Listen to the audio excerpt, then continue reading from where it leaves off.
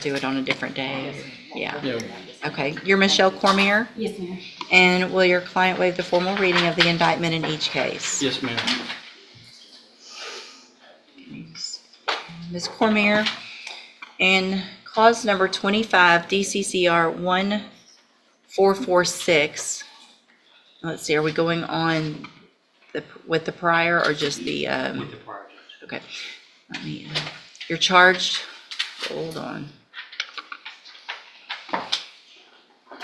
You're charged with manslaughter from November 2nd of 2024. It's a second-degree felony. The indictment alleges you were previously convicted of burglary of a habitation, a second-degree felony, January 30th of 2013. And how do you plead to that charge? And are you pleading guilty freely and voluntarily? Yes, ma'am. And because you did what they've charged you with? And is that prior conviction true? Yes, ma'am.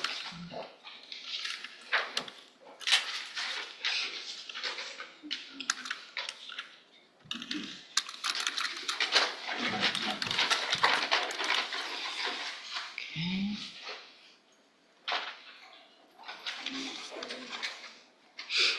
Sorry, it takes me a minute to get it pulled up. In cause number 25, DCCR 1447,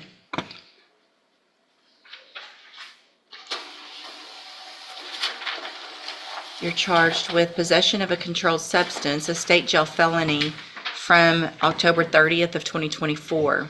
The indictment alleges you were previously convicted of possession of a controlled substance, a state jail felony, January 30th of 2013, in two different cases, or three different cases on that date. And what that means in that case is that would be enhanced to a third-degree felony. Do you understand? Yes, ma'am. And how do you plead to that charge? Guilty. And are you pleading guilty freely and voluntarily? Yes, ma'am. And are you pleading guilty because you did what they charged you with? Yes, ma'am.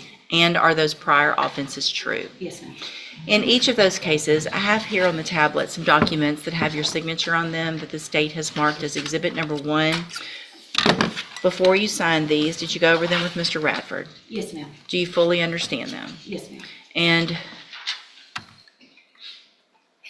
so there's no agreement, correct, in either of the cases. So I want to make sure you understand that you have an absolute right to have a jury come in and determine two things. The first is to determine if you're guilty or not. And then if they find you guilty in the case, you could leave your punishment up to that jury. If we go forward this way, you're leaving your punishment up to the court. And is that what you want to do?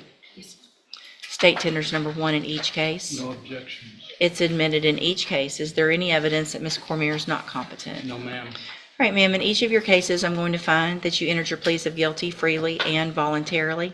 Find that you're mentally competent and you understand the nature and the consequences of those pleas. Find sufficient evidence in each case to find you guilty. However, I'm going to reset your case for a sentencing hearing. We'll get a pre-sentence report done, and then we'll come back for that hearing. Anything that you think is important for me to know, get that information to Mr. Radford, and he will present it to me on your behalf when we come back. Judge, we're gonna have some letters that I will submit to the court to supplement the PSI, and I will copy Mr. Coleman on those support letters. Okay, sounds good. And if you'll just try to get those to the court that week before Yes, the hearing, that would be great. Yes, All right, ma'am. thank you. You can go back with the bailiff. That'd be excused. Yes, sir, thank you.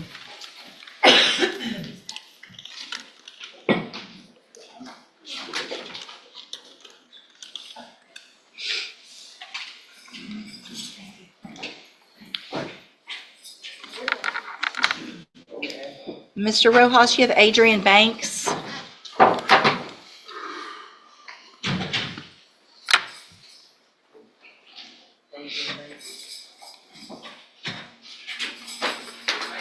Morning. Good morning.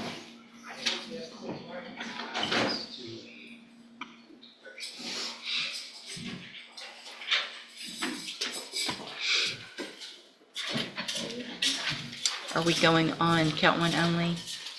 Yes, Or- Judge, if we may, with the court's permission, this is basically a misdemeanor offense, but due to the nature of it, it's TDC. Good morning. Are you Adrien Banks? Yes, ma'am, I am. And Mr. Rojas, will your client waive the formal reading of the indictment? He will, Your Honor. Mr. Banks, in cause number 25 DCCR 1432, you're charged with a third-degree felony offense of harassment of a public servant in count 1 of that indictment. And that is from September 1st of 2025. And how do you plead to that charge? Guilty now. Are you pleading guilty freely and voluntarily? Yes, ma'am. And are you pleading guilty because you did what they charged you with? Yes, ma'am. I have here on the tablet some documents that have your signature on them that the state's marked as Exhibit Number 1. Before you signed these, did you go over them with Mr. Rojas? Yes, ma'am. Do you fully understand them? Yes, ma'am, I do. And do you understand, if I follow the agreement that you've made with the district attorney, that you will be waiving or giving up any right to appeal? Yes, ma'am. State tenders number 1. No objection. It's admitted. Is there any evidence that Mr. Banks is not competent? No, Your Honor. All right, sir, I'm going to find that you entered your plea of guilty freely and voluntarily. Find that you're mentally competent and understand the nature and the consequences of your plea. Find sufficient evidence to find you guilty, and at this time, find you guilty of, in count 1, of harassment of a public servant. Sentence you in accordance with your agreement. It was 2, right? To a term of 2 years in the institutional division of the Texas Department of Corrections. You will receive credit on that sentence for any time that you've been in custody that the law gives you the right to receive. I'm handing you the trial court certification that shows this was an agreement that I followed, and so you've waived your right to appeal. I'm also handed you a written admonishment regarding your ineligibility to possess a firearm or ammunition. Because of the judgment entered against you, you're ineligible under Texas law to possess a firearm or ammunition. Possession of a firearm or ammunition could lead to charges against you. Firearm is a legal term, and you should read that written admonishment I provide you to see what devices qualify as a firearm. If you have questions about the laws that make you ineligible to possess a firearm or ammunition, or about how long that lasts, you can talk with Mr. Rojas. All right, good luck to you, sir. You can go back with the bailiff.